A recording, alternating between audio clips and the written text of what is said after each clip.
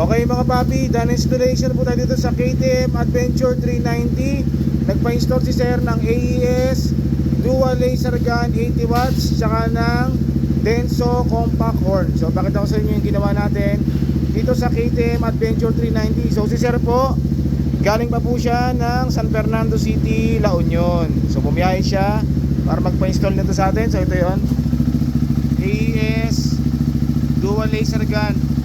So gumamit tayo rito ng crash guard LED bracket. Yan yung isa. Okay, bali ang ilaw niyan, low beam, yellow, high beam, white.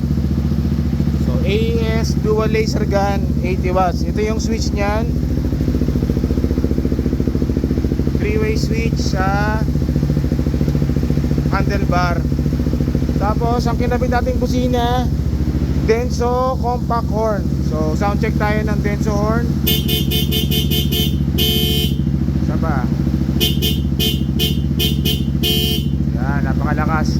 Okay mga paps, so kung nagustuhan nyo pa yung ganitong mga lights and horn installation natin, DM lang po sa page or punta po sila dito sa Scooteristas online shop. Maraming salamat po.